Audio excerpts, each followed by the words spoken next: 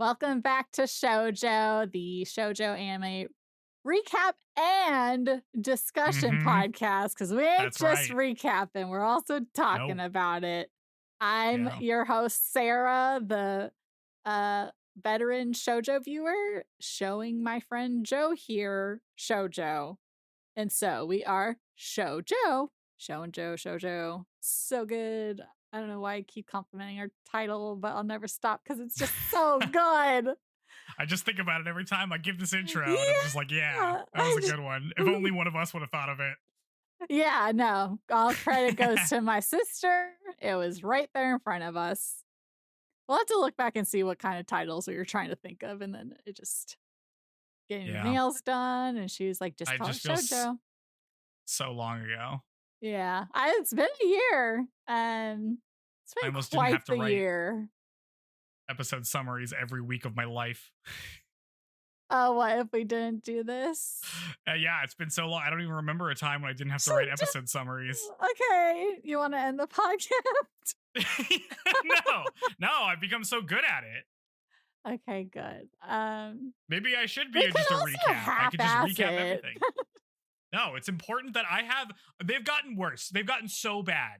This recent 3 episodes is like 4,000 words. Okay, that's because these 3 episodes of the Rose of Versailles we're going to talk about today are crazy. Insane. They're incredible. Oh my gosh.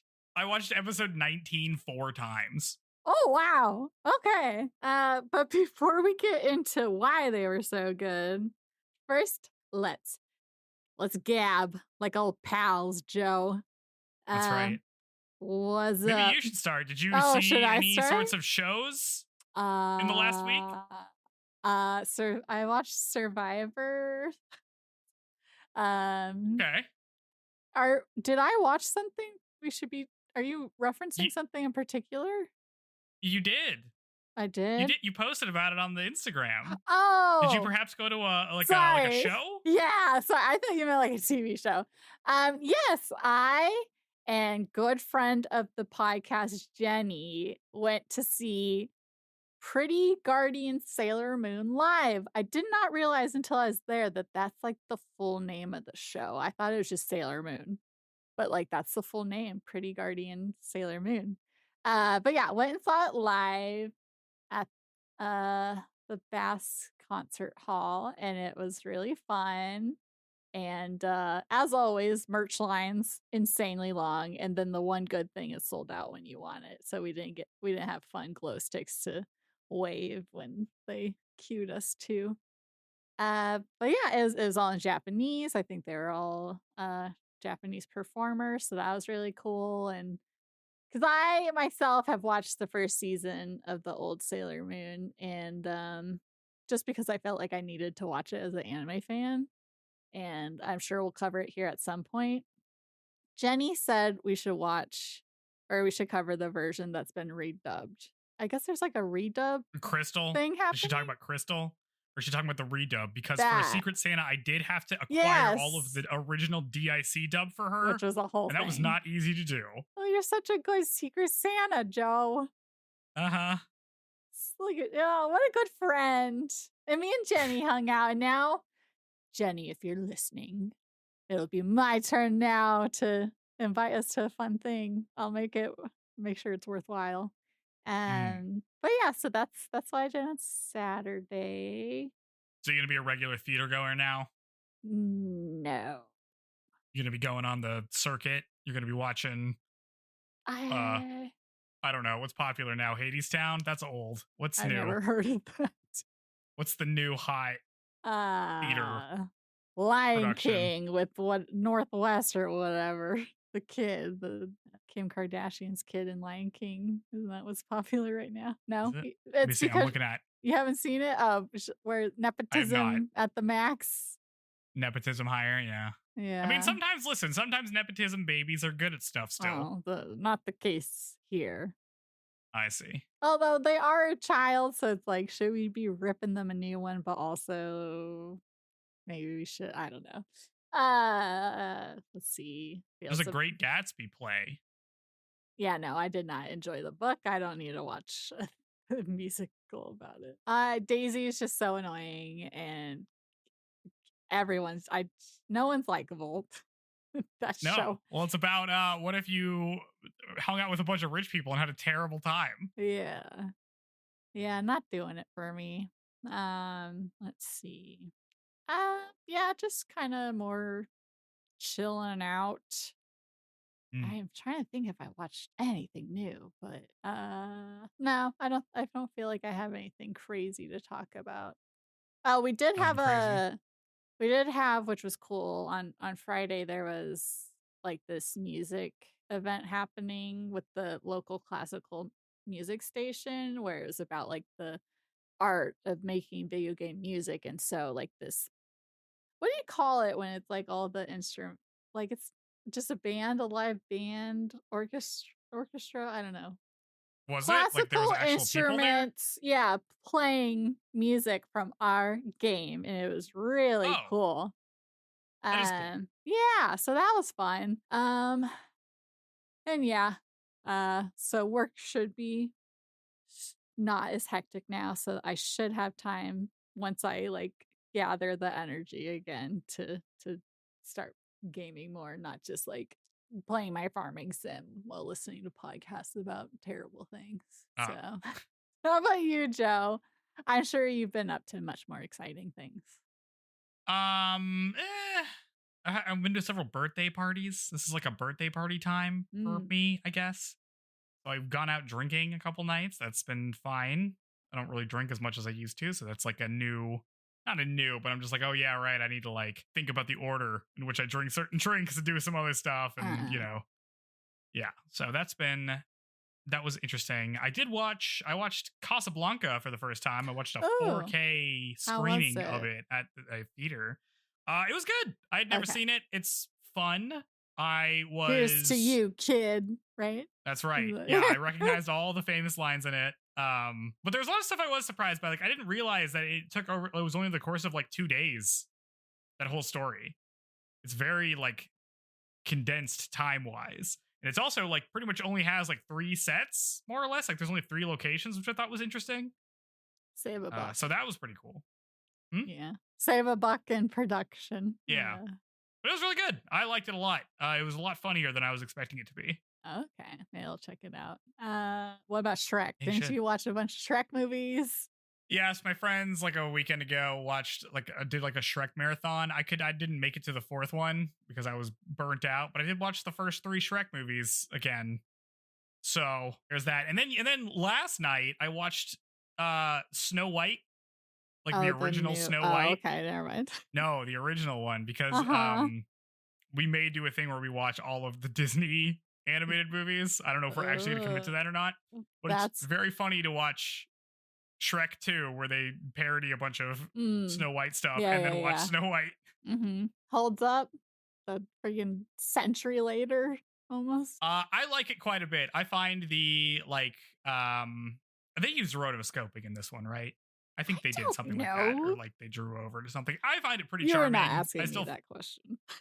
It's older, but it holds up pretty well. It's mostly just like a bunch of slapstick stuff with the dwarves. I didn't really remember there's a lot of like on-screen narration I just didn't remember, but yeah, it was fun. I liked it. Okay. Nice. Yeah, I Old can't. stuff. I'm into old stuff, it turns out. Yeah. Might as well while we're watching an older anime. It's true. I can't think if I've done anything like more recent. This could be the longest stretch of time in the history of the podcast where you don't have any mech stuff to talk about. And I think I mean, we I should could. I'm applaud watching. that. No. I'm watching After War Gundam X.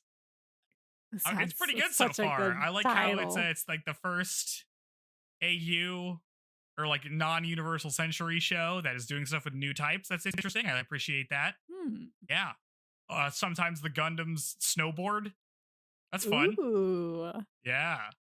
That is fun. Nice. So it's been good so far. Yeah, I could talk about. I can always talk about that. Nah, that's okay.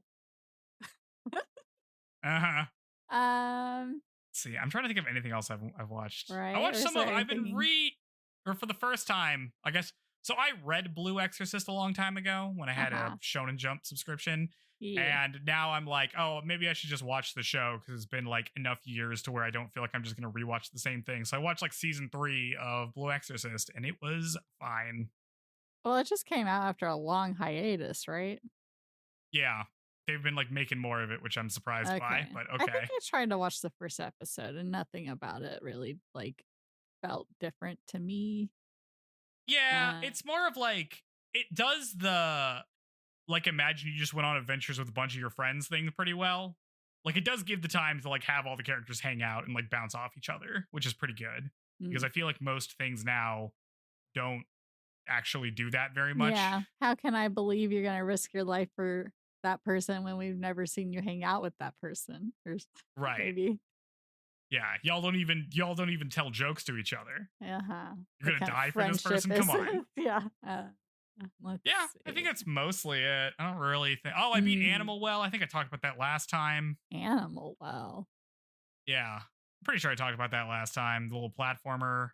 It's got pixel art, and there's like creepy little animals in as well, but some of them are nice and some of them are mean. Metroidvania. I feel like maybe you mentioned it in passing. Oh, okay. Well, I did beat that. Or I'm playing Gears Tactics still. Okay, nice. That's about it. Okay. All right. Well, do we want to get to the good stuff? Because boy, is it good. Oh my gosh, I have so much to say. Okay. Yeah, I feel like this is going to be a very long episode. Yeah. Depending on just how long I talk about specifically episode 19, which is like an incredible episode to me. That I had to watch it so many times. Okay. Yeah. Well, so I guess we'll just go into it. Yes, let's do it. The other episodes are also good. Yes. All right. So episode 19 is called Farewell, My Young Sister. We open on Charlotte receiving many gifts from an unknown person. In a carriage, we see Madame Pontiac talk with a man about marrying her daughter.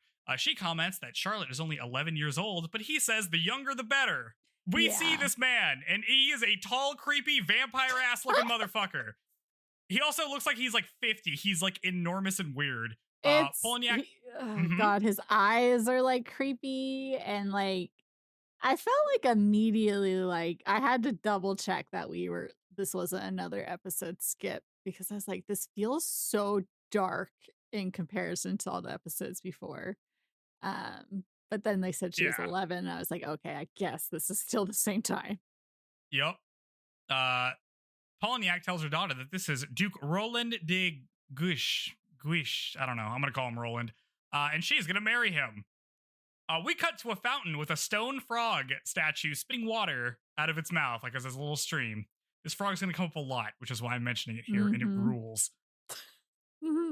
Roland asks Charlotte if she likes his gifts and then starts laughing like a creep. Charlotte is so horrified that she faints, and we get another look at the frog statue as the OP plays. Yeah, I guess I didn't think about how much they're flashing to that thing. Oh, yeah. Until you're calling it out. I got stuff to say about this frog. Will you share the script so I can see too? So I don't interrupt you constantly. Oh. I have. Did you? Yeah. I don't. Wait. I'm streaming it. I'm streaming it in Discord right now. Oh, wait, it says hold live on. next to my name. I might have checked a setting. Oops. Okay, let me add a marker to cut this. Oops. Okay. Are you able to see it? Yeah, I think I did a thing where I like show non-video participants, but okay, here we go. I can see it now. All good. Continue. When we get back, we see Rosalie riding a horse. She's going hard as Oscar and Andre watch on. They talk about whether or not Rosalie will give up on her revenge plot against Pontiac or not. Yeah, because like everyone's hair seems longer. Like I just was like, these episodes feel like the art style changed a little bit. Like dudes' chins are like bigger than they used to be, and I don't know, something like there's like you can feel a difference and shift between the previous part of the show and these episodes now. Yeah. There's definitely a tone shift. Yes. Rosalie's good at riding a horse. Mm-hmm. I like how she's determined. Yeah, she is good. She's a born rider. She can't sword fight, but she can ride a horse. That's right. And we've seen many injuries can be acquired just That's true. falling off a horse, let alone unlike Marie, driving one. Yeah. Rosalie can ride a horse. Mm-hmm. We cut back to Polignac telling her daughter that she will marry Roland. And she's like, it'll be great for the family and also for you. This is like every woman's dream. You'll be a duchess. And also he has like a high government position. It's perfect. I did the perfect thing for you, daughter. Charlotte is listening with like the most disaffected, like 1,000-yard stare look. She screams as one of the ladies brushing her hair, like does it a little too hard, and says that she doesn't want anyone touching her. She begs her mom not to marry her off because she hasn't thought about being married or any of this stuff because she's only 11. Yeah. This episode reminds you my God. that Charlotte is 11 every 2 minutes. That's because we've introduced someone very interested in that low number. Oh my God. Right. It's more so that like this isn't like necessarily a dream come true, but it's the only dream women are allowed to have. Basically is the yes. Well, this is gonna be, she says it's good for the family, but like what is the family at this point, right? It's Polignac, Charlotte, and her husband. Who is this good for? We'll never see.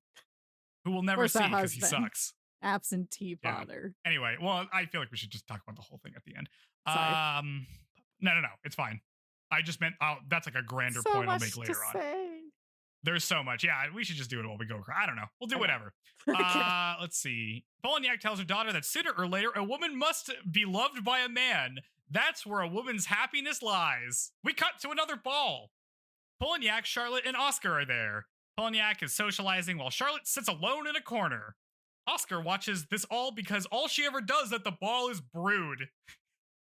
She's always just leaning against the column, just looking out at everyone. She only attended the last ones because Rosalie came with her. So I'm like, why is she coming to these now that if Rosalie isn't there? Yeah, well, we learned that Rosalie was supposed to go. We jump back to Andre, back at the Charget's manor. He's bringing a horse to stable and sees Rosalie leaning out of a window. He asks her why she didn't go to the ball, and she says that Polignac would be there, so she didn't want to go. And also, it's her mom's, like her late mom's birthday. And so if she went on this day and saw Polignac, she would not know how she would handle that. So she just didn't go. So that's why I assume Oscar's there. Back at the ball, Oscar downs a drink while listening to some nobles gossip about Charlotte's engagement to Roland. We learn that he's 43 and has a reputation for liking them young. Oscar watches Charlotte leave.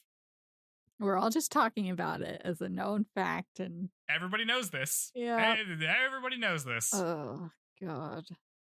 Hey, remember how like every famous person knew about Epstein Island and just did nothing? Anyway, Oscar goes outside and sees Ghirardelli and some guards patrolling the grounds. She checks in on them and then then she just like walks off. Ghirardelli's like, is it really okay for you just to wander off like that? And she just ignores him and keeps walking. But we get a Ghirardelli check-in. So that's fun. We love seeing Ghirardelli. Yeah, he's got purty hair still. We see Charlotte sitting alone next to a fountain. The stone frog has been turned off and there's no water running on it. Or out of it. Oscar approaches and tells Charlotte that she shouldn't be out this far alone. She's like, the guards don't even come out this far. If she wanted to be alone, she should go back to her room. Charlotte looks at Oscar as maybe the only person in the world who would understand her. But she doesn't. Oscar just tells her to go back to the house. Charlotte looks horrified. Oscar offers to walk her back and Charlotte starts crying. Charlotte runs to Oscar and falls to her knees. She tells Oscar she wishes she could have grown up a little bit more and fallen in love with somebody like her. The wind picks up as dramatic harpsichord music starts playing. Lots of really good harpsichord music in this episode. Very dramatic moment. Oscar says they should go, and Charlotte plucks the rose brooch from Oscar and tells her to let her have it. And then she dashes off, clutching the rose, crying. Yeah, I could see that being disappointing, like, because she probably, in that moment, want Oscar to save you, because Oscar clearly overheard all that stuff. Normally, Oscar would stand up for something like that. But also, this is like someone else's child. So how much do you involve yourself with like a kid you don't really know that well? Well, she has involved herself with a kid she didn't really know that well. Yeah, that's true. Maybe because she's Polignac's daughter. She's just like, I don't want to get involved. Yeah, I don't know. Well, no, Joe, don't say anything. We're gonna talk about this more. Yep. It's the next day, and Andre is writing to tell Oscar that he has news. But before he says what the news is, he asks where Rosalie is, and Oscar tells her that she's off somewhere. He says that's good because she wouldn't want her to hear this, because he's learned who Martine Gabrielle is.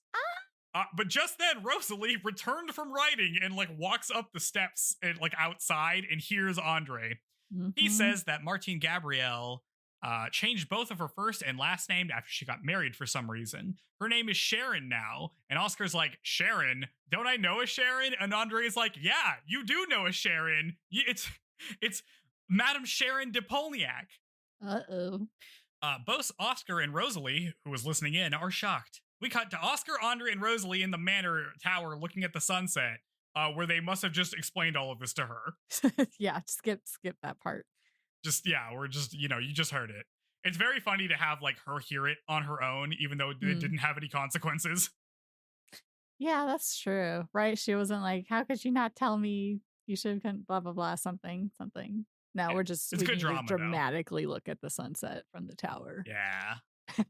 Oscar tells her that when she originally took her to this tower the first time, she told her that she'd help her get revenge, but she was actually lying. She never wanted her to get revenge. She always wanted to try to talk Rosalie out of it. Andre comments that this entire situation is some cruel irony. Oscar then apologizes to Rosalie because this whole thing has just turned out to be one great agony. Rosalie counters by saying this is not agony to her, because she only ever had one mother, Nicole, the one who raised her. She feels nothing towards her birth mother. In fact, if anything, she hates her even more now. She's gonna go prove that she only has one mother. Yeah, she is.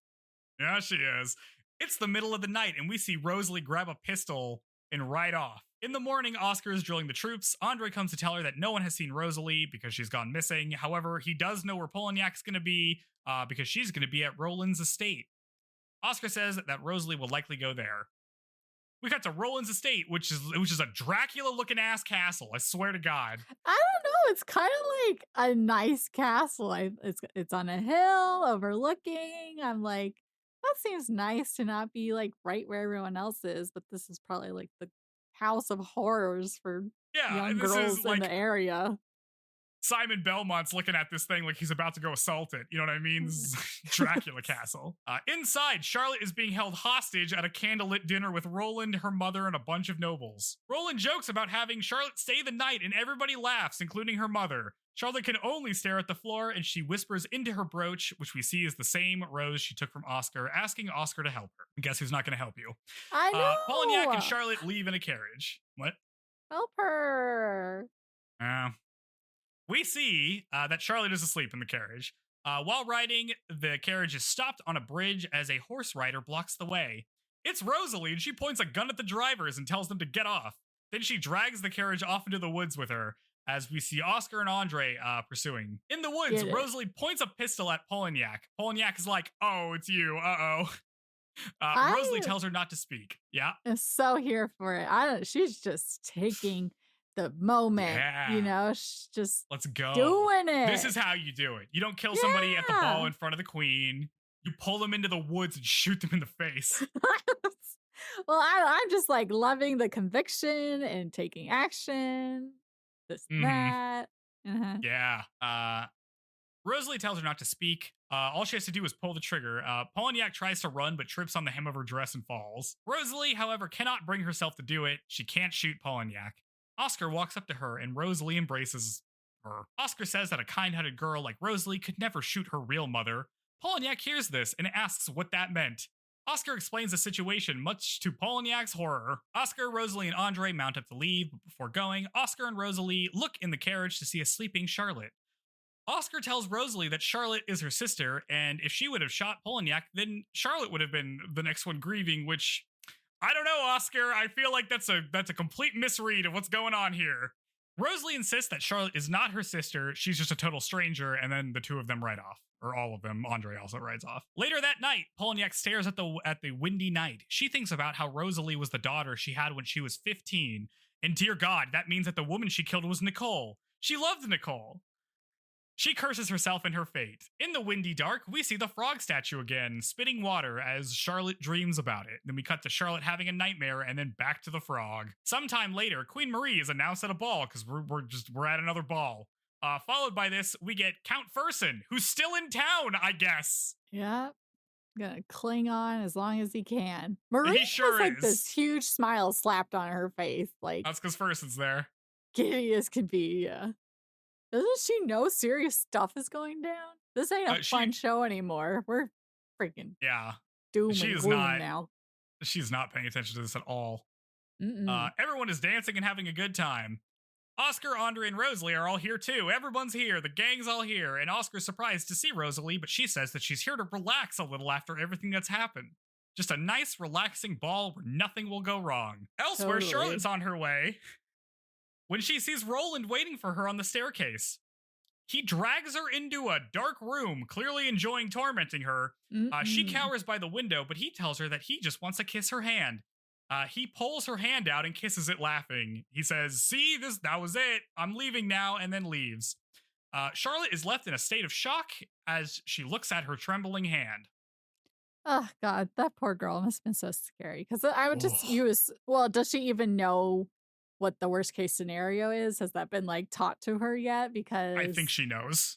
Okay, then she just like was like, "Oh, it could have been so much worse than it was, and it will be because my mom won't get me out of this." So Yeah. just in a desperate state of mind.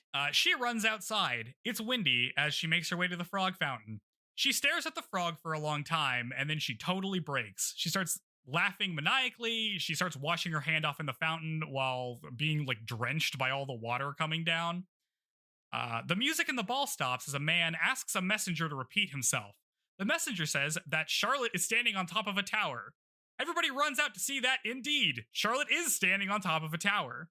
We see Charlotte, dress billowing in the wind as she holds Oscar's rose. She raises it up above her head and says that she washed her hands so well that now she can be pure and beautiful again, just like this rose. She says she doesn't want to marry as she and the rose fall. Yikes. We hear a crash and see the rose scatter on the ground next to the body of Charlotte. Polignac comes to mourn her daughter. Oscar and Andre silently turn to Rosalie as she says that she is not sad. She didn't even know her. She faces away and says that blood relatives can be total strangers too.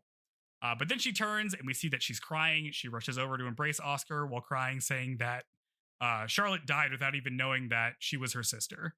She says her little sister was only 11 years old as they cut to credits. God damn. This show is taking a turn. Incredible episode. Just incredible. God. You know, it's just I just throwing thought, haymakers. What? Yeah. Well, it's like, it's interesting that, or I guess intentional probably, that like both these sisters are in love with Oscar and only Rosalie gets to be the one comforted by her and taken in by her. And like, you know, she thought, you know, like if she had stayed with her mom, she maybe would have ended up like that as well if her mom hadn't given her away. So maybe it was like better to go through that than to be this woman's daughter. Yeah, there's just like so much going on in this episode. Yes. There's so much going on. What do we want to start with? I don't know. Oh God, freaking bummer ass episode. Should we start with right off the bat, Predator. Yeah. Let's talk about the fact that Roland, everybody knew this about Roland and nobody does anything. They think it's like amusing, right? Like all the nobles just gossip about this like it's any other piece of gossip and Well, like incredibly unserious. What's the rush? You're in the Queen's good graces. Why do you feel the need to rush your 11-year-old daughter into marriage when you're in like a stable place right now? See, or because Marie's temper could like turn for the worst against her or something. But I'm just like, it seems out of nowhere and very drastic. Or like at least just promise and not that this is happening soon. Well, this was foreshadowed in like a couple episodes ago when we first meet Charlotte and we learned that she's 11 because people joke about Polignac marrying her off. This was like a thing people expected her to do. But yeah, why does Polignac do this? Because she's supposed to be the most powerful woman in France, right? You think she wouldn't have to do something like this, but she just does it anyway? For the family? Question mark? Or her daughter is onto her and all her scheming. It's like, I gotta get her out of here, out of the way, so she's not seeing all this stuff I'm trying to sabotage. Because I can't hide my plans from a child. Well, and I don't also, think that's... it's like, right, we didn't think Charlotte was 11 at first, so maybe it was like intentional to try to present her as an adult more than she actually was. Like, and that was all the plan because she's, fit in with the rest of the crowd despite being so much younger than them, that maybe she's just been groomed for this for a long time. Yeah. Sorry, I just dumped a bunch of words. No, I mean, like, this seems like a thing she would do regardless. Like, I don't think this is any kind of like punishment or anything. Like, when she says that, like, to be loved by a man is like a woman's source of happiness, she seems to like either she believes that or she's gonna try to believe that kind of thing. She doesn't believe it, but there's no other option, really. But she basically forces this to happen. Although this girl is seeing Charlotte or seeing Oscar, so it's like there is another option. You don't have to, but I don't. Well, it she really is another option She's for the her. villain. I know, but like the thing about that's interesting about Poloniac is that she isn't ever presented as like a villain here. Like the way, like the reaction she has from like learning that she killed Nicole or like learning that her daughter dies are just like very authentic, normal person reactions to things, right? Like she said, she's not conniving. Like this is not, we're going to get an episode later with Jeanne, and Jeanne is not going to react like that, right? No. Like, because it's like in there. So I really do like the commitment of like Poloniac is just like a, for the most part, regular woman. And I guess what regular women do is they sell their daughters off because that's what you did at the time. And you just never really thought too much about it because women were property. So you treat them like property, even though you yourself are one. Well, yeah, right. She got knocked up at 15. So we don't really know what her childhood looked like either. But yeah, like your sister does you a favor, or this lady does you a favor of taking this kid that you didn't want to keep at the time, and then you end up killing her, and it's like, oh god, the twist of fate. And it's crazy. Well, it could be like, I feel like, right, she's not super villainous right now, but all these things keep happening because of her. And so I could see her just kind of spiraling, and like there's no reason to like hold back anymore, and just full blown losing it, and like, kind of like losing the reason she had to begin with to be ambitious, and just, I don't know, going rogue.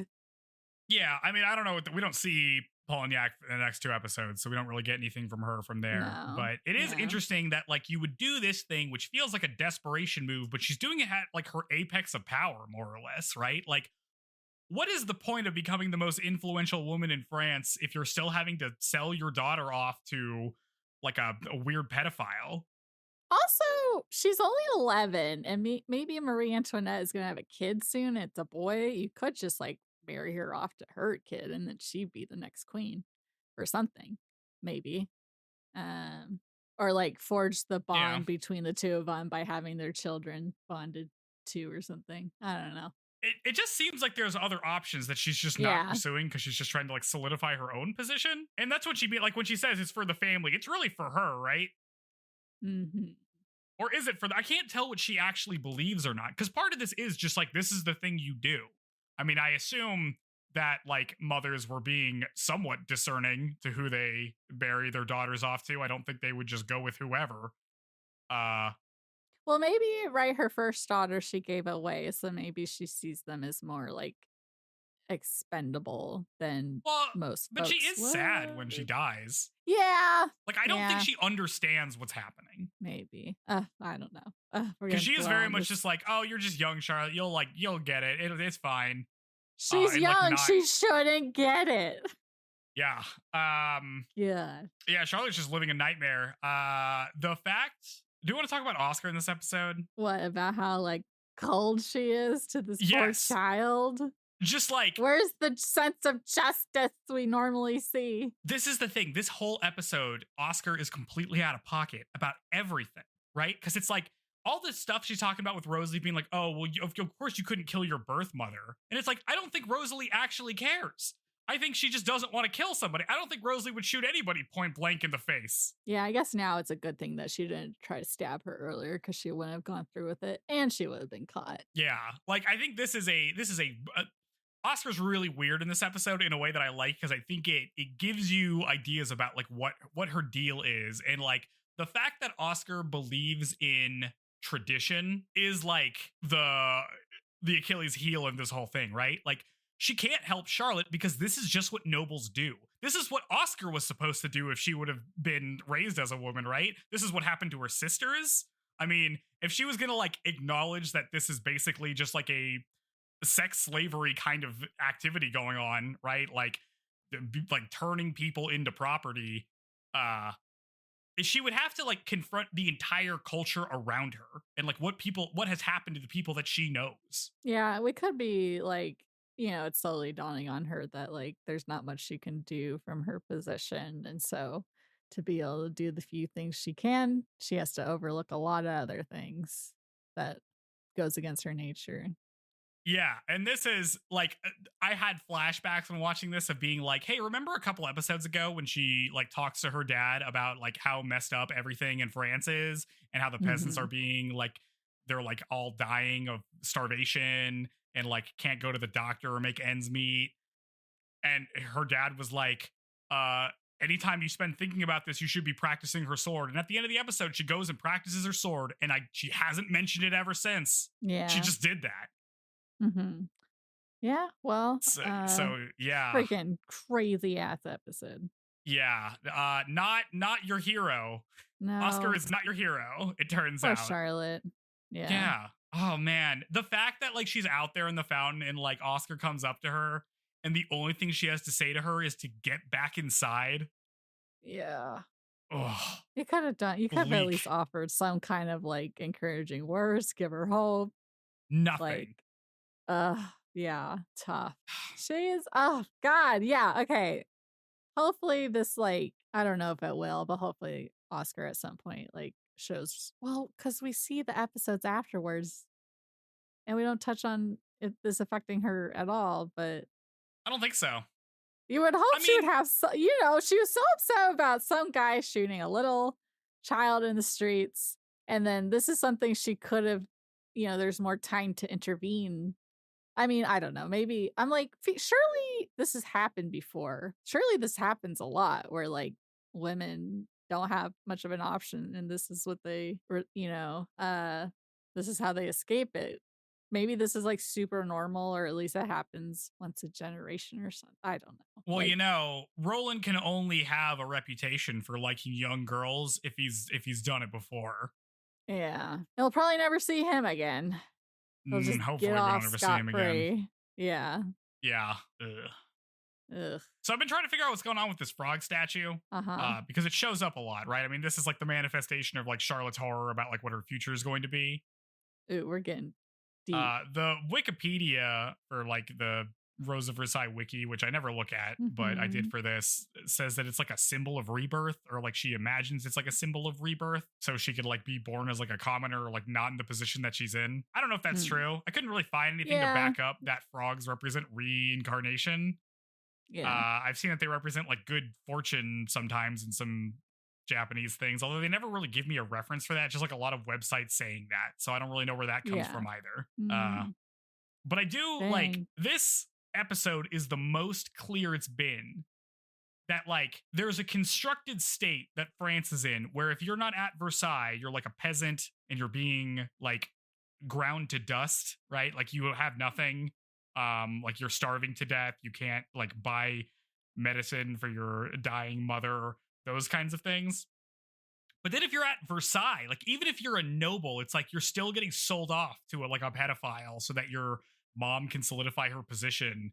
And like, if you're Oscar, you just can't do anything. You just assume everything's fine and you're just blindsided when like a child that you talked to the other day kills themselves. It's like every single person is living in hell. Like living in Versailles is being in hell. She also cried when that kid got shot and there was people around.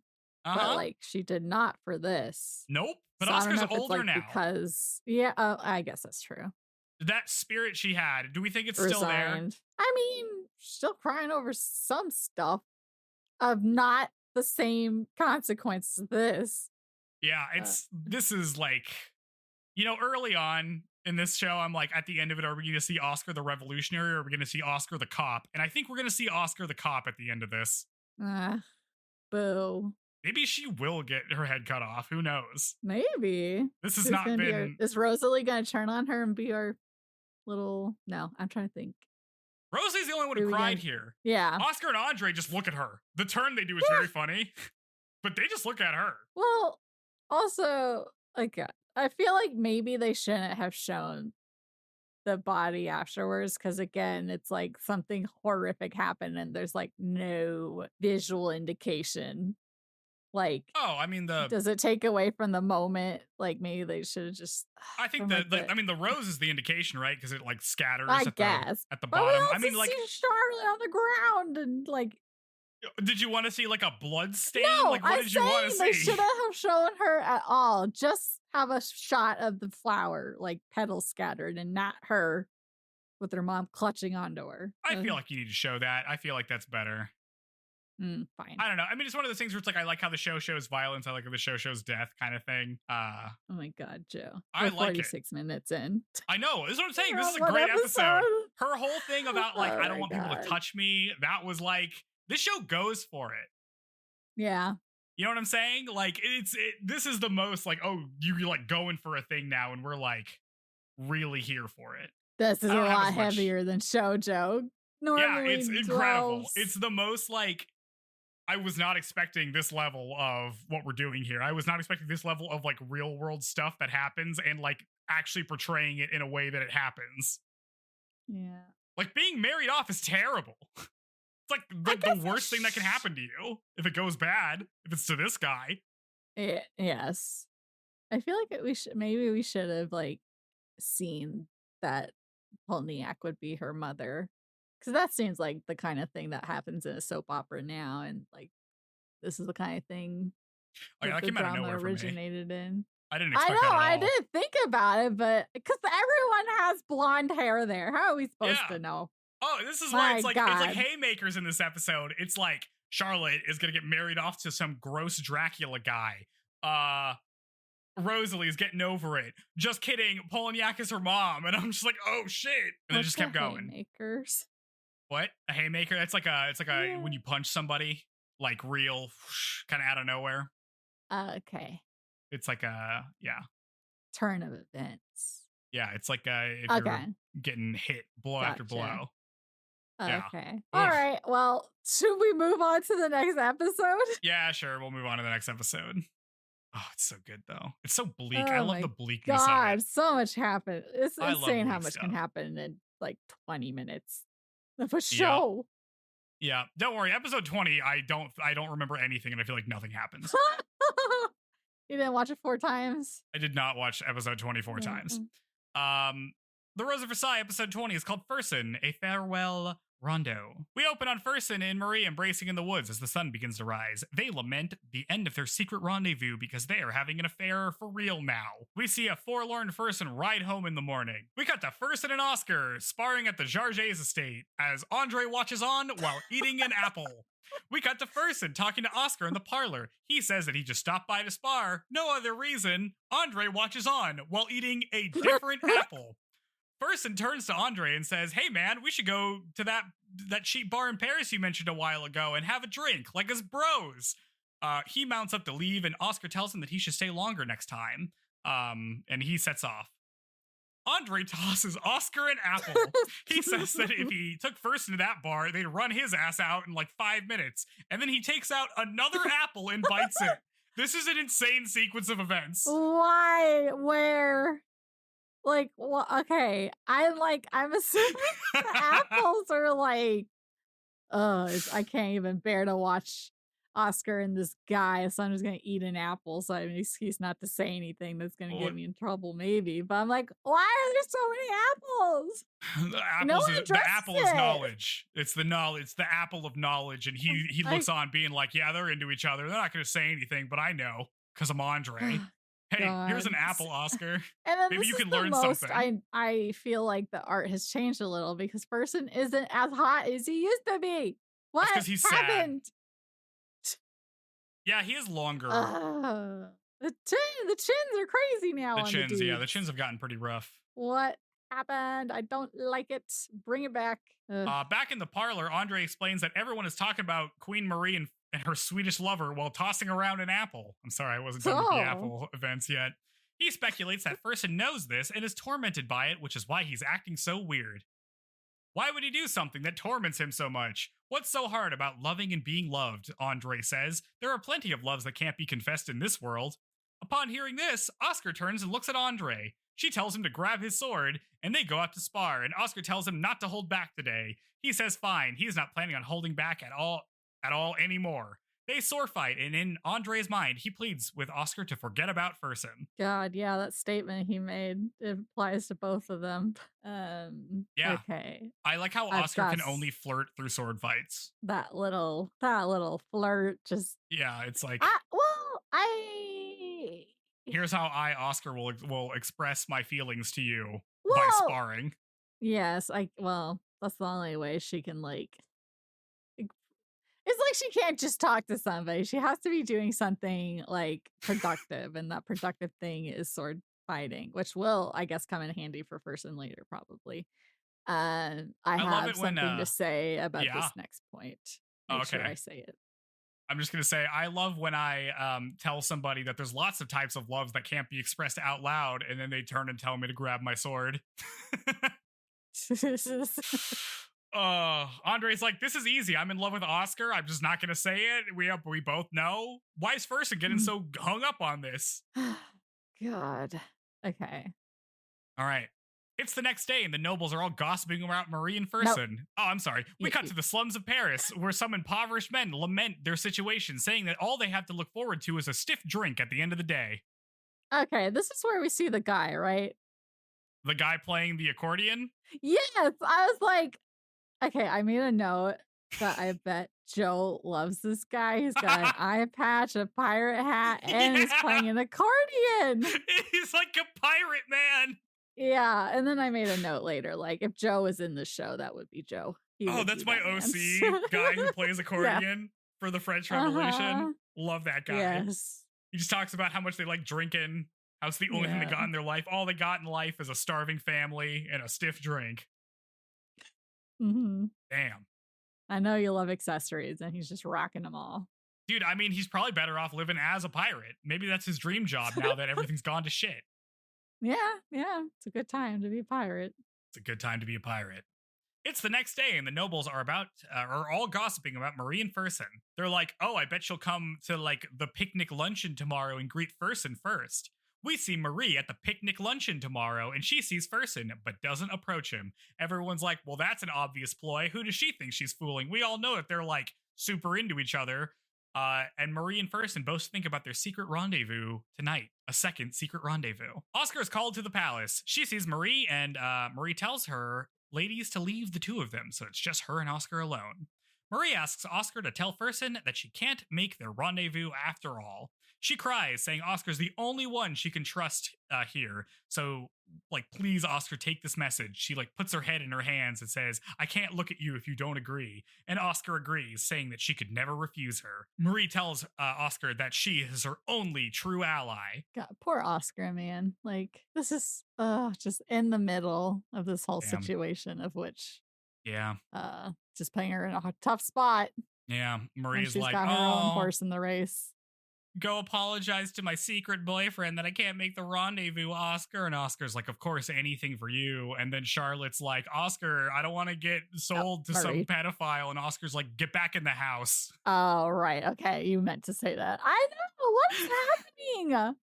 Don't cater to this brat who is an adult acting like a child. Help the actual child. It's so painful, dude. What is happening? It's so painful. God. Oscar leaves and emotionally rides her horse, which I love it when she does this. I know. Why is she upset now and not from last episode? Oh my God. She tells Andre to let her go alone. She rides to a river with a sunset in the background that I really considered making my desktop background because that's an incredible shot. She says out loud what she wished she could say to Marie, which is that she understands Marie's position, but she needs to remember her responsibilities as the Queen of France. You can't be asking me favors while hiding your face like that. She thinks that it's all pointless, though. She could never say that to Marie. It's evening as Oscar goes to Fersen in the rain. She delivers the message and immediately rides off. Fersen tries to stop her because it's raining, but she leaves too quick. She rides for a while until she sees Andre with a rain cloak for her. He tosses it around her as they both ride off. This was cute. Oh, yeah. Freaking Andre there for her. Yeah. Oh, God. So like, what do we think? What do we think Oscar's problem is? Is it that she's like she both has like she likes Fersen and she also likes Marie and she likes the two of them together, but like it's Mhm. awkward that she's in the middle of this now because she doesn't want to be, and also Marie needs to stop acting like this because she's supposed to be the Queen of France, and this is embarrassing. Yeah, it's like a whole thing because she, like, she would judge someone else for doing the same things that Marie Antoinette is doing, but for some reason, because it's her, she's, like, tolerating a lot more sloppiness than she would, or, Yeah, she, like, was upset about worried how people would perceive Marie Antoinette, but, like, at some point, you just gotta let go. Like, this chick isn't doing herself any favors. You're just gonna, like, drain yourself trying to, like, compensate for her immaturity by doing things on her behalf. And it's probably just frustrating. I don't know, like, a obligation over everything else, but I would be frustrated if it's like, why is this guy who I don't know, why did she come to like him? Maybe because he like stood up for when Andre was like being punished by the king and like she yeah. saw that as noble or something. Well, Uh he's also the only guy who's like in her social strata that she could be with. Gyardell. Uh, but Ghirardel's her subordinate. She can't be with her subordinate. Fine. So like he is the most eligible bachelor for her. Yeah, but that fact alone wouldn't be enough to make her interested. That's true. But I'm just saying that like that is the most like this he is really the yeah, only option she viable has, option. right? Not that Yeah. that's what she's thinking, but I'm just saying that like I think on top of everything there's also that piece, right? Cuz like Yeah. she clearly feels something for Andre, but because she's so like old fat or like, formal or whatever, Trickish. like bought Yeah. into like the appearances, she can't ever do anything with that. Hierarchy. Yeah. Yeah. Well, you think? I was just like, I feel like, or she's just not even allowing that to be an option in her mind and just regards him as like a childhood friend Yeah. slash. Well, that's what I'm saying about Fersen, though. Like, Fersen could be an option in her mind. It's like the Yeah. only person she'll allow to be an option. I mean, not really, because Yeah. she's with Marie, so that can't even be an option. Yeah, but like, oh God, I'd be like, why do you even like this chick? She freaking sucks. I'm so much better, dude. Like, what? And then I'd be like, oh, why do I even like him? He's not that good if he likes Marie Antoinette and that. But I like Marie Antoinette and da da da. Yep. Oh God, it's a whole. It's rough. It's a rough time. Yeah. Back in Paris, a man playing the accordion sings about the misery of France. Let's go. He sings a whole little song. It's Joe. That's you. Just gotta learn to play that hand accordion. Let's go. Oh, yeah. We cut to Fersen being sad. He thinks about Marie and then about Oscar. He wonders what Oscar thinks he should do. Back in the Paris streets, we see people are selling tabloids about Marie and Fersen, which is very funny. We go back to Fersen. He gets what? Yeah. I was gonna say I thought these were gonna be like wait, are they? They're like nudies or something, aren't they? Like yeah. It's also that. I thought someone was gonna bring that to court and be like, or show it to the king or something, and then that was gonna become a whole thing. Okay, if you listen to that Behind the Bastards podcast thing, they'll talk about how this became like a whole industry where like nobles would print things or like get people to write songs about their rivals, like negative songs. So then people in the streets would sing them, and then the king would get his agents that report back to him saying that the people in the streets are singing about this person. Mm-hmm. So this is like a whole industry of like tabloid gossip to try to one up each other through like this weird, like twice removed maneuver. So yeah, like what people are gossiping about in the streets matters because the king's agents report to him or whatever. Yeah, but if you let all the people starve, no one's gonna give you any intel. That's true. Yeah, this didn't work out for them in the end because then they started gossiping in the streets about how maybe the king's afraid of the mob. And that's not something you want people to know if you're the king, that you're afraid of them. One look and you would know he's afraid of everything. Oh, yeah. We cut back to Fersen. He gets news that an old classmate of his died in the American Revolution. The narrator tells us the American Revolution's happening now and that France has allied itself with the Americans. We get like a whole little montage of people blowing up. Elsewhere, Andre is readying the carriage. What? I was gonna say, that's not what our uniforms look. They're all, or is that the French? They're like wearing green, like army green uniforms. I'm like, no one was wearing that, were they? I mean, like the American Army didn't really have uniforms because they were just like a bunch of dudes. But like when I have seen them, they were blue. Yeah, I don't. Whatever. I don't know. Elsewhere, Andre is readying the carriage when Oscar comes in to tell him that she's not going to the grand ball tonight. I don't want to go, Andre. Andre's like, listen, everyone's going to be at the grand ball, so the heir of the Jargets family has to make an appearance. He can't just not go. But Oscar says that because everyone's going to be there is why she doesn't want to go. They're all going to be gossiping about my friends Marie and Fersen. I don't want to go to prom, Andre. Andre says he needs to go so she can like help them out. Like you got to go defend your friends at prom. Oscar says that she doesn't want to be part of it. She's like, this is their problem. It's not my problem. Besides, what am I going to do anyway? Am I just going to like cut them all down with a sword? The only thing I'm good at? But Andre says he has an idea because this is Andre's idea because Andre is the only guy with his head in the game. That's right, Andre. Hero of this episode, Andre. Little advisor, man. Eating that apple. This is what those apples do for him. He's got all that knowledge. We cut to the grand ball. Everyone who's anyone is there. They all gossip about Fersen, who's here in a yellow coat. I don't like his coat. Yeah, no. He looks around, but sees only gossiping strangers. Marie shows up looking good. She tries not to look at Fersen, but he looks at her. Outside, Oscar gets out of her carriage in her white and blue formal dress uniform, which does look pretty good. Yeah. Oh my God, she looks so good. Yeah. Andre compliments her on the way in. She enters and everyone is staring. They note that it's the formal dress uniform, unlike her military uniform. This is the kind of uniform you can dance in. Marie approaches Oscar and asks if she's come to dance. She's like, you never dance. That's crazy. Who are you going to dance with, Oscar? Are you going to dance with the men or with the women? And Oscar says it's whatever Marie wants. Marie extends her hand and Oscar takes it. Oscar says that her one condition is that she will be her only dance partner tonight, and Marie understands and agrees. Oscar and Marie dance the night while Fersen watches on. I know. I was like, maybe this is Fersen's fantasy. Like, two chicks he's kind of into dancing with each other. He's into it. Oh, yeah. This is why Andre was like, hell yeah, man, I got a plan. He's going to love this. Later that night, Oscar and Andre ride home. They're stopped partway by Fersen, who's been waiting for them. Fersen thanks Oscar for dancing with Marie. If she hadn't been there, he might have danced with her all night, and then everyone would have known about them, unlike now when they don't all know about him. It would have been a scandal. He continues, saying that he shouldn't have even come to the ball, but he just loves Marie so much he can't help himself. He's caused them all great suffering, and there's only one thing he can do now. He'll be a coward in her eyes, but he is gonna run away. He tells Oscar to take care of Marie as Oscar calls after him, asking him where he's going. Oscar and Andre watch as he rides off. We cut to an army procession because Fersen has joined the French troops in the American Revolution. Marie is informed that Fersen has joined the army and will be a lieutenant commander under one Marquis de Lafayette, so, you know, it goes pretty well for him. He'll leave today. Marie, through tears, says to send a message to fight courageously and return safely.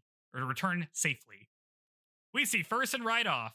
At the Jargets estate, we see Andre look at Oscar as they take in the news. He excuses himself to leave, Oscar alone to cry as we cut to credits. Friggin' Andre, so considerate. He's he's so good in this episode. So in touch. Yes. He's the only person who understands what's happening and how to solve it. Yes. God, he needs to take over as narrator. He's like the man who knows what's up. At least Marie Antoinette like elegantly cried and she just didn't like openly sob. Like maybe she's slowly starting to mature slightly. Yeah, she's a little bit. She's been doing it for a while now. Run away like she constantly does. Yeah. She can do a little bit better, I guess. Yeah. What do we think about this episode? We're done with Fersen for a while. Yeah. Good. He's not as hot anymore, so good riddance. Get that Uggo out of here. Go fight in America, right. Loser. At least Andre's chin stayed the same. I don't know why this has happened to every other guy's chin. At least Andre's still looking good. Yeah. And Oscar looked incredible in that outfit. Yep. Oscar looking hot in the uniform. Dancing with Marie Antoinette. Mm-hmm. Who's she gonna dance with, the men or the women? She's like, I don't care. I'll dance with whoever you want. I'm into this, like, I kind of wish she was into everybody. I wish Oscar was bi, maybe. Yeah. That would be better. I feel like Oscar's It not would be into anybody. exciting. I feel like she's the opposite. Should be freaking Fersen making the would it be easier? It'd probably be easier for Andre if she just never showed interest in anyone. Yeah, well, good news for him so far. Yeah.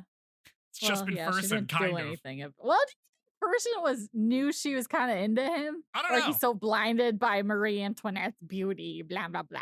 Yeah, they could have formed a polycule. You think? Oscar is hot. You think if Fersen and Andre went to that bar, maybe they'd get a little closer, and then everybody can just everybody except for Marie and Andre, who would just like kind of say hi to each other and leave. They could be like a whole little thing, you know? That's what you want your polycule to be.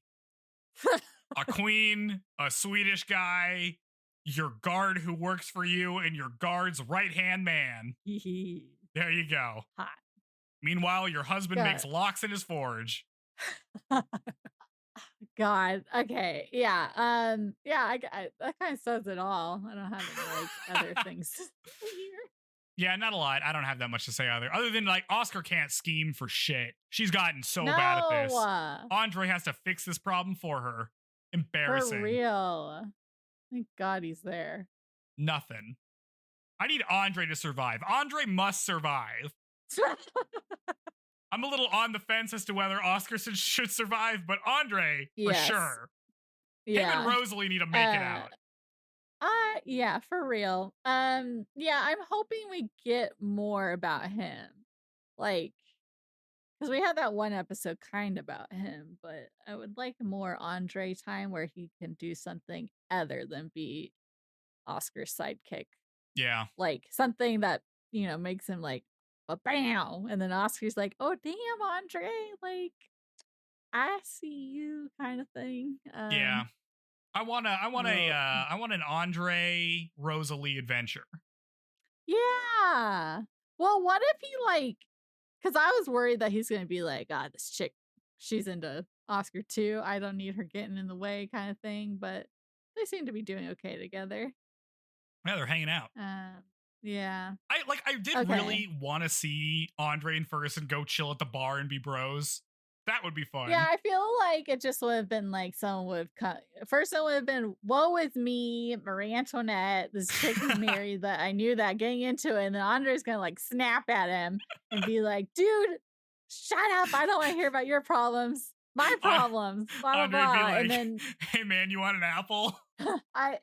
Or like some person who's seen the flyers, like, hey, it's the guy. Yeah, he's banging the queen. Like they would recognize him immediately, and they would throw him out. Yeah. So funny. It's tragic. We'll never see it, probably. It's too bad. Oh, God. Okay, here we go. All right, episode 21 is called A Black Rose Blooms at Night. We open on a smoke-filled casino. Jeanne is running the table. Cardinal Rohan comes to see her as she wins at roulette. He says he's come to ask her a favor as Jeanne places a huge bet all on one color, or all on one number. That's a crazy bet, Jeanne, as the OP plays. We come back to Rohan and Jeanne in a cathedral. Rohan complains that he can't get an audience with the queen because she hates him. He says that he possesses all the treasure in the world except for the affections of the young and beautiful Marie Antoinette. Jeanne looks at him deviously. We cut to the sea. Oscar, Rosalie, and Andre are all there on vacation. They hang out and drink tea while Oscar tries to forget about Fersen. Andre suggests that they go for a ride. The three of them ride horses along the shore together, just like a little family. Isn't that great? Yeah, that was fun. Yeah. Suddenly, they come across Jeanne standing by the shore wearing an all-black dress. It's incredible. Icon.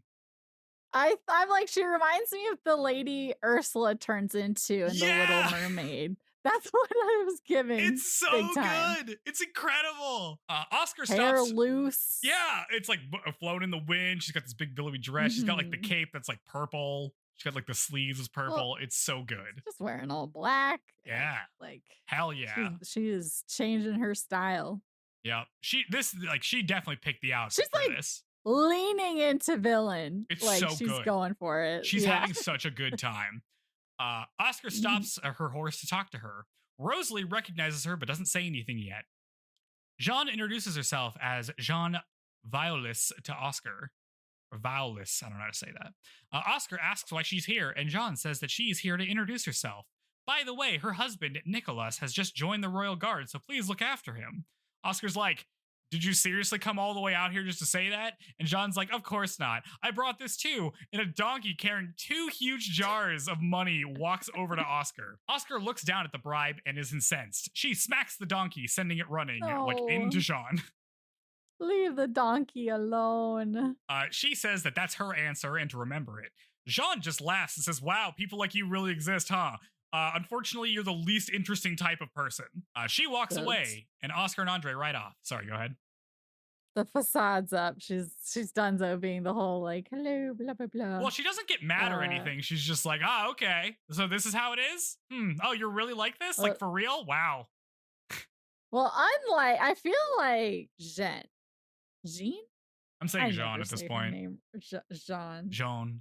I feel like she's gonna be the best villainess of the show because like she's got it. She's got the skills. She's got the right. She's been in poverty. She's not like having meltdowns publicly like Dewberry was. Like I feel like she's gonna be the best. She has that we have because she's smart and she has the cunning of Dewberry, but she also can do the theater part. Mm-hmm, you know what I mean? Like she loves the theater aspect of this. Oh, she's so good.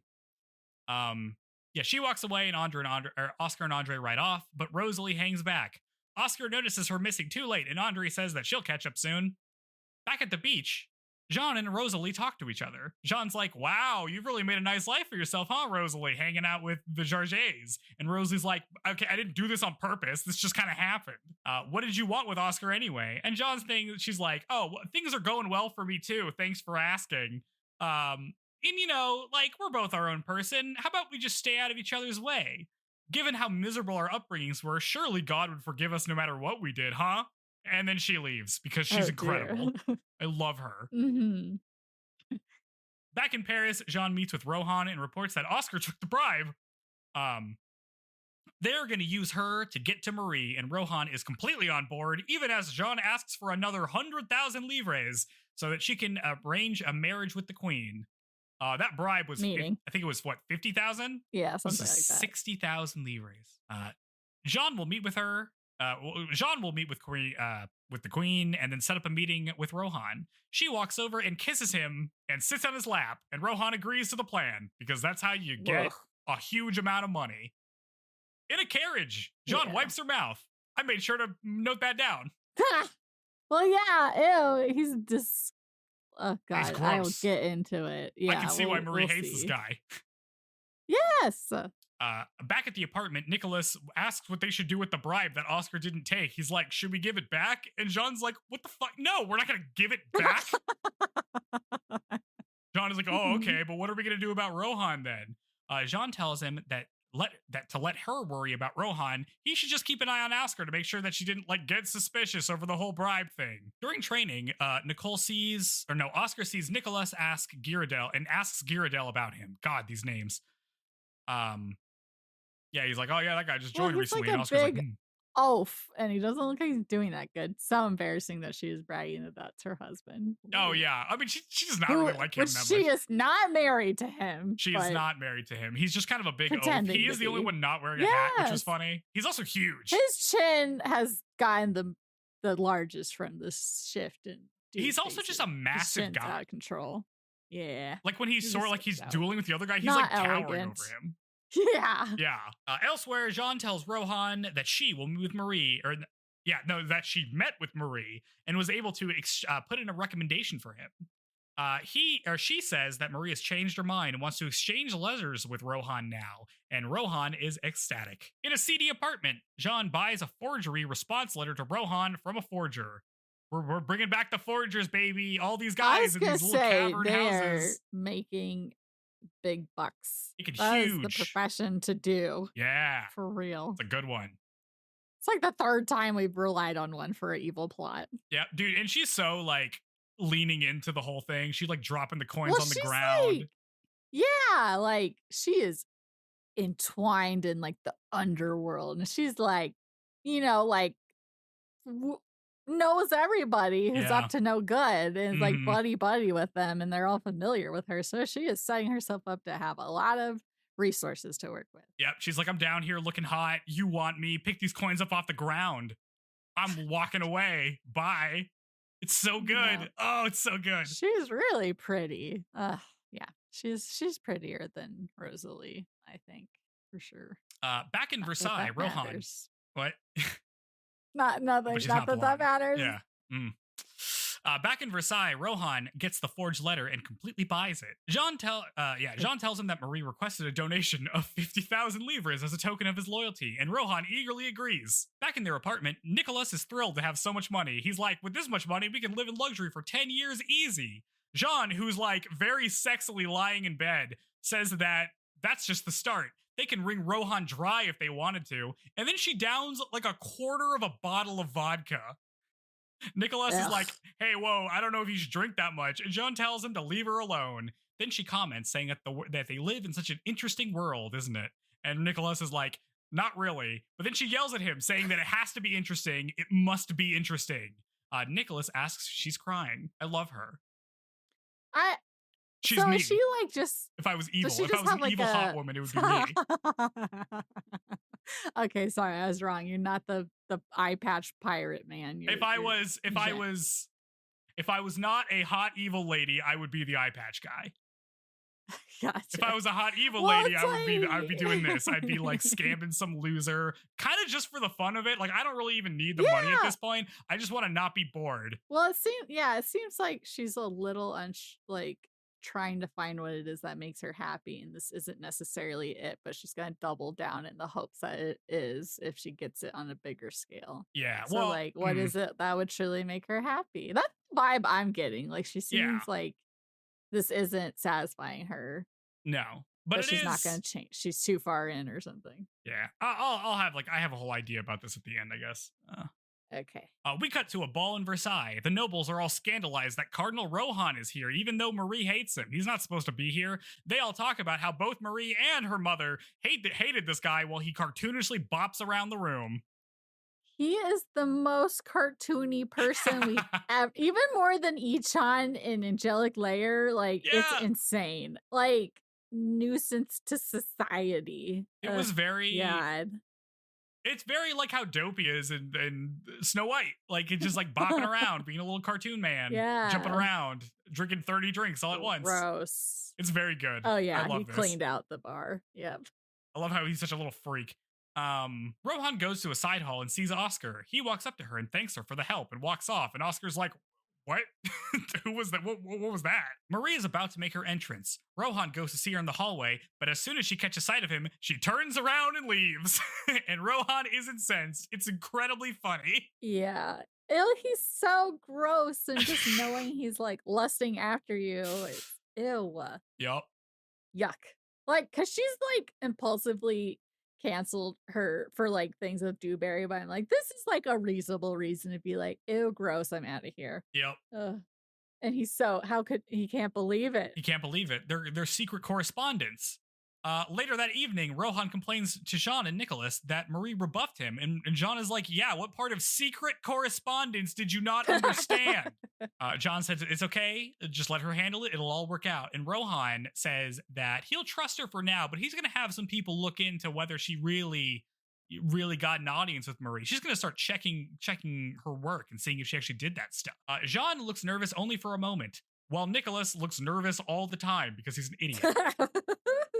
Yeah. She tells Rohan that in 4 weeks she'll arrange a secret rendezvous with Marie in the woods, and Rohan is immediately back on board.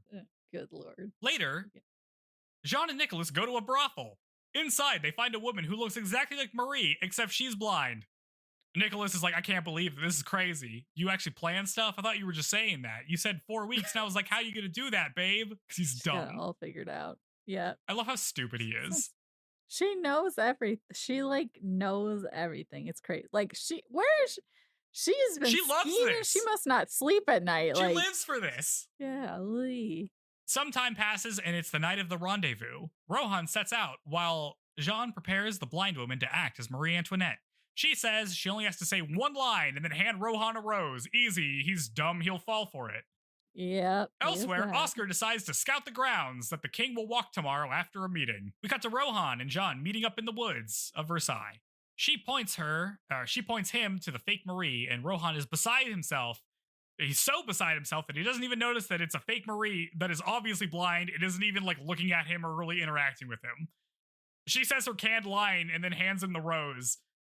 Rohan is about to talk to her more, but Jeanne rushes in to tell him that someone's coming, and Rohan books it while Jeanne just laughs. But then Nicholas is like, Jeanne, actually somebody is coming, and sees that it's Oscar, which is pretty funny. Worst case scenario for them. Worst case scenario, Oscar somebody actually shows up. Rohan being a little creep, like prostrating himself in front of fake Marie. Yeah, he's disgusting. Yeah.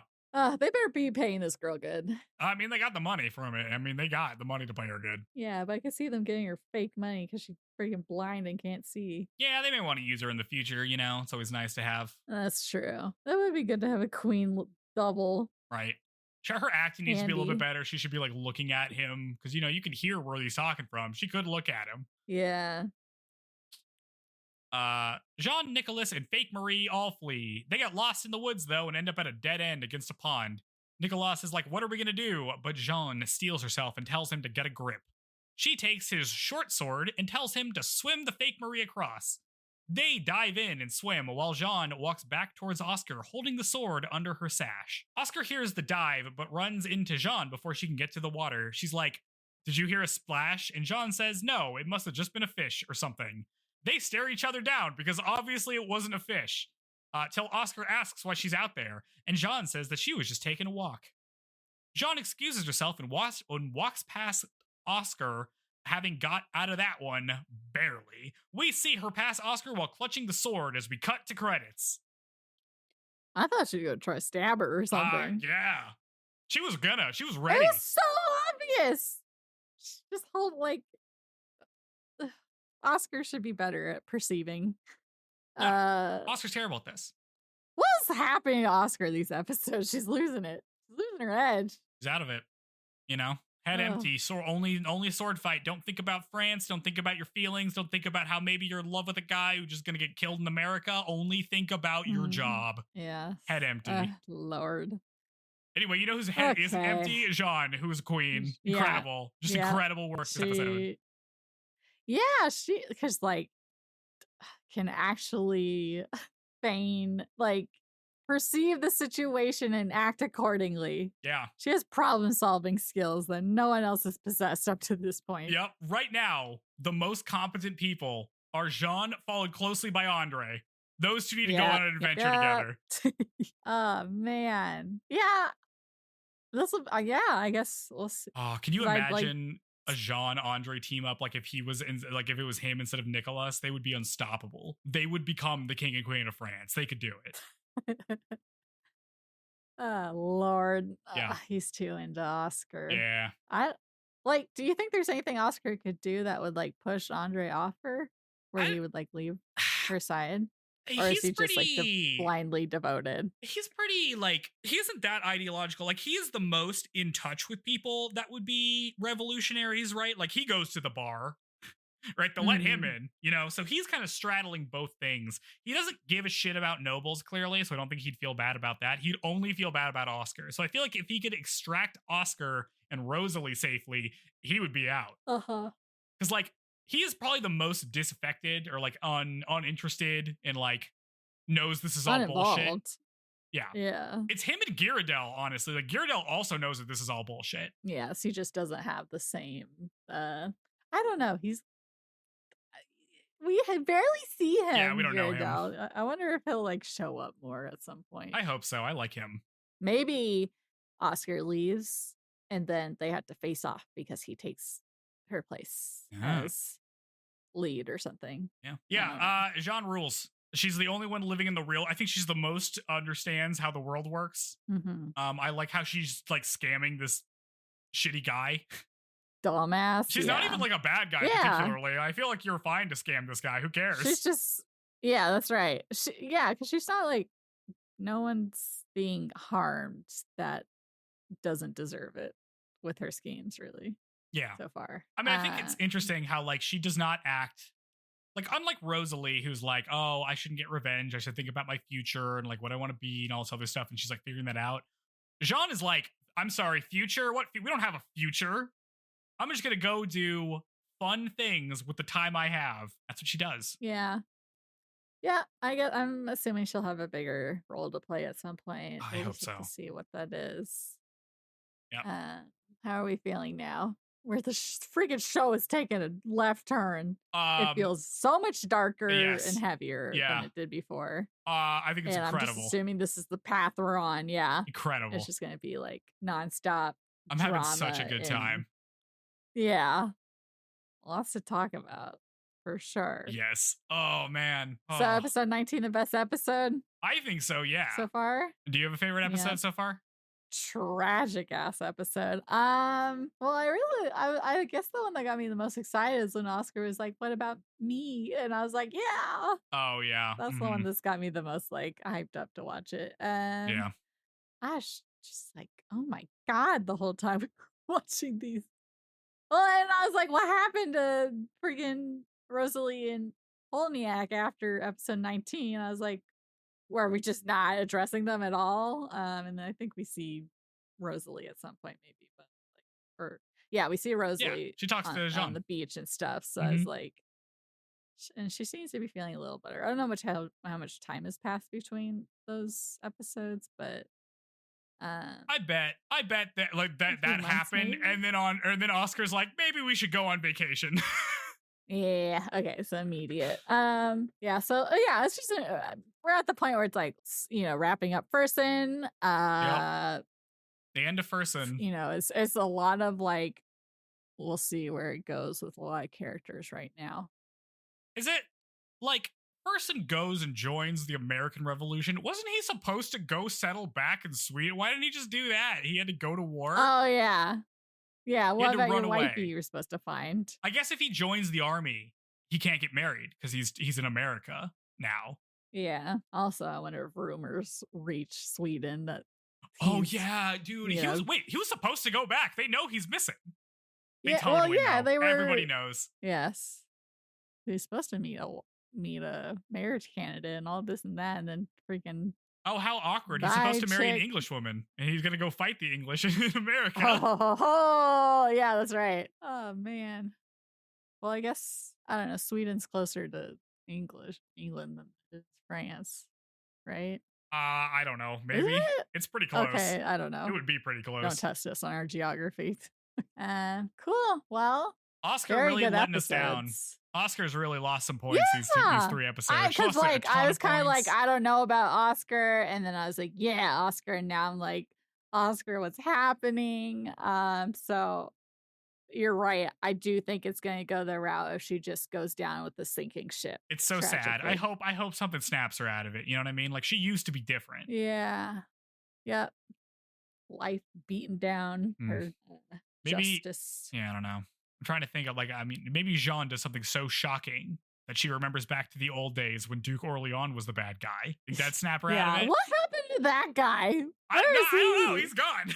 No, because we see him.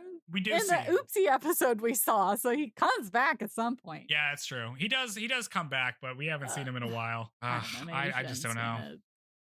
Join forces with. Well, we'll see. Well, the American Revolution's happening now, which means France's financial situation is wrecked. Yes. So they're only they're less than 10 years away. Yeah. Yeah. Well, and we're over halfway now, so it's on from here. It's on. So a note about episode, what is it? 19, 20, 21. No. That we're going to be watching next time. 34. Oh. 22. It's about, I'm going to bring this up, but I'm sorry, I'm not doing this faster. I should have had this on deck, but I didn't. Yeah, so there's an episode 24. Originally, there was an episode called Portrait of the Burning Rose, which is it was like a shortened And then what happened? It's like a compilation episode or something. But I think instead we do episode 24, which may also be a compilation episode. Let me look. Oh, skipping episodes? Oh dear. Not like just a recap of everything that's happened or random ass stories.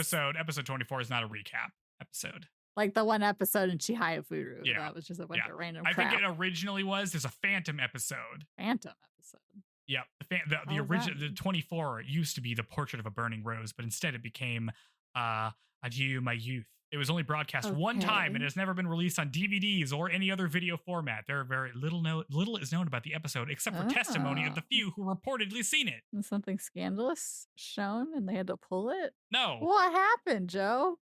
They just had a compilation episode and then they got rid of it. Oh, okay. Thought there's going to be some drama.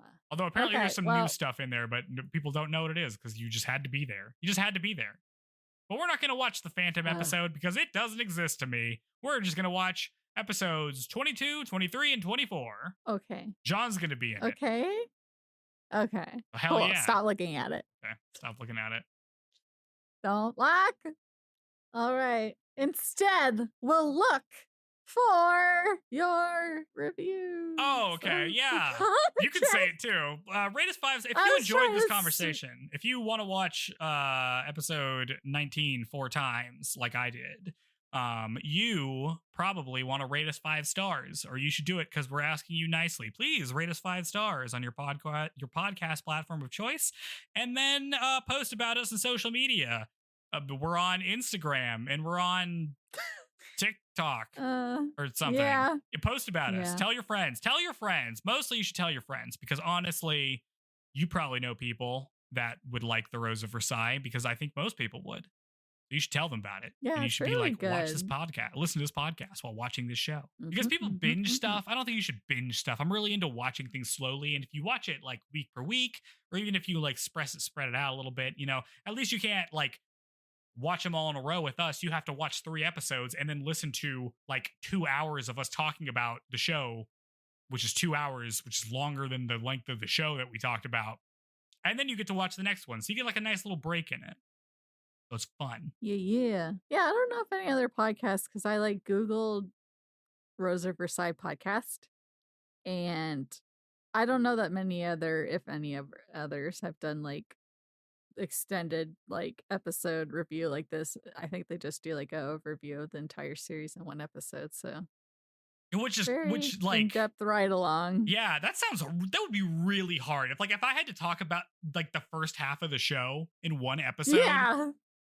I don't even know what I would say. 6-hour long episode. Like, wow, it sure is crazy that Oscar became the commander of the Royal Guard, I guess. I don't know what you talk about. There's so much stuff to talk about. We talked about episode 19 for like 35 minutes. Yeah, yes. But yeah, okay, cool. We'll keep pumping these out. Hopefully you guys keep listening. Yeah. And any takeaway lessons of the day? Stay away from frog statues. I think you should listen to the frog statues. Okay. Maybe the frog statue is your reflection. I don't know what that means because I don't know what the symbolism of here's a frog what we're is. learning today. Get the old man in the sea out of school criteria. You guys should be analyzing the Rose of Versailles instead. What's a good takeaway? Help children asking for help. That's true. If you see a child that is in distress because they are being abused by their parents, you should do something about it. You shouldn't tell them to go back inside. All the people that are all about parents' rights is because they want to do stuff like this to their kid. That's why they're mad about it. Yeah. This is the tradition that they want to go back to. Hey, remember when you could just marry your daughters off for political favors? Ugh. Too bad we can't do that anymore. Those were the times. Those were the times. Bring it back, I guess. Okay. God. What did we actually learn? Yeah, keep a poker face, Grab that knife, conceal it under your sash, and then you gotta wait. And if she doesn't call you on it, just walk right past her. You don't have to fire. You don't have to try to fight Oscar Jarges, the commander of the Royal Guard. That's a bad idea. You should just play it cool. Just play it cool, and scam an old guy. We're giving so many lessons at the Every episode. Scam. More than one. If there's an old shitty guy who everybody hates and you have the opportunity to get a bunch of money from him, you should do it. I don't even think that's morally wrong. I think that's morally right. Because the nobility ain't going to do anything. Right. They're not going to scam this fool. They're going to let him keep doing whatever he does. They let that other guy who's like a big pedophile just walk around and everybody knows it. Scam him. Ugh. Or shoot him. All right. Freaking Oscar should have shot Duke Wamina. It's the most I've been like, I can't believe she didn't shoot that guy. He could have been dead. She should have shot him dead. Okay. All right. On that note, of which I think we've ended on that note if he should have died. If you ever get scorned by love, if it ever destroys your body, just join some revolution somewhere across the world. Just join the army or whatever. I'm sure it'll go great for you. I'm sure it's going to go great for Fersen. Nothing bad's going to happen to him. It'll be all good. Just run away. But not in like a fun way, in like a death way. Become a pirate. Okay. Just say, fuck it. I'm getting the hand accordion. I'm becoming a pirate. I'm done. I'm done with this shit. I wasn't born a hot, evil lady, and so I'm becoming a pirate man who plays the accordion. Just do that. Let me tell you, the political situation would be way different if the majority of people became a pirate accordion player. That's my new political party. Forget One Piece. Just... Yeah. The pirates are it's all just sea shanties. They don't have an instrument. It's all just you know, little ditties you play. I am now forever, when I hear sea shanty, I'm gonna think of when you drew the siren in Pictionary, because I was like, it's either siren or sea shanties. And I was it's either a siren, the mythical creature that sings, or a sea shanty, the song, the concept of the song. Because like you could have drawn just like a ambulance siren. Yeah, but I was doing like a siren from the Odyssey, you know, the one where I think of where sirens are from. We were on the right. We were on the same team. We should have been at that point. See, this is why I can't become a pirate playing accordion pirate man, because nobody would get it. They'd be like, what is this a reference to? They wouldn't know I'm that guy from the Rose of Versailles. Okay, you just cosplay as that guy. Oh my God, I should cosplay as that guy. And they're going to be like, who are you? And I'll be like, ooh, I bet you want to know. I have no name. You must be wondering. You need to watch this show called The Rose of Versailles. I'll be so popular. And they'll be like, isn't that about Marie Antoinette? And I'd be like, aye. Okay, we're done here. I be a guy who shows up for 2 scenes. But iconic and memorable. Oh my God. Yeah. Okay. All right. Thanks for humoring us, everybody. Thanks for listening. You know, see you next week, where I'm sure it's going to get even more insane. See you next week for more adventures in France.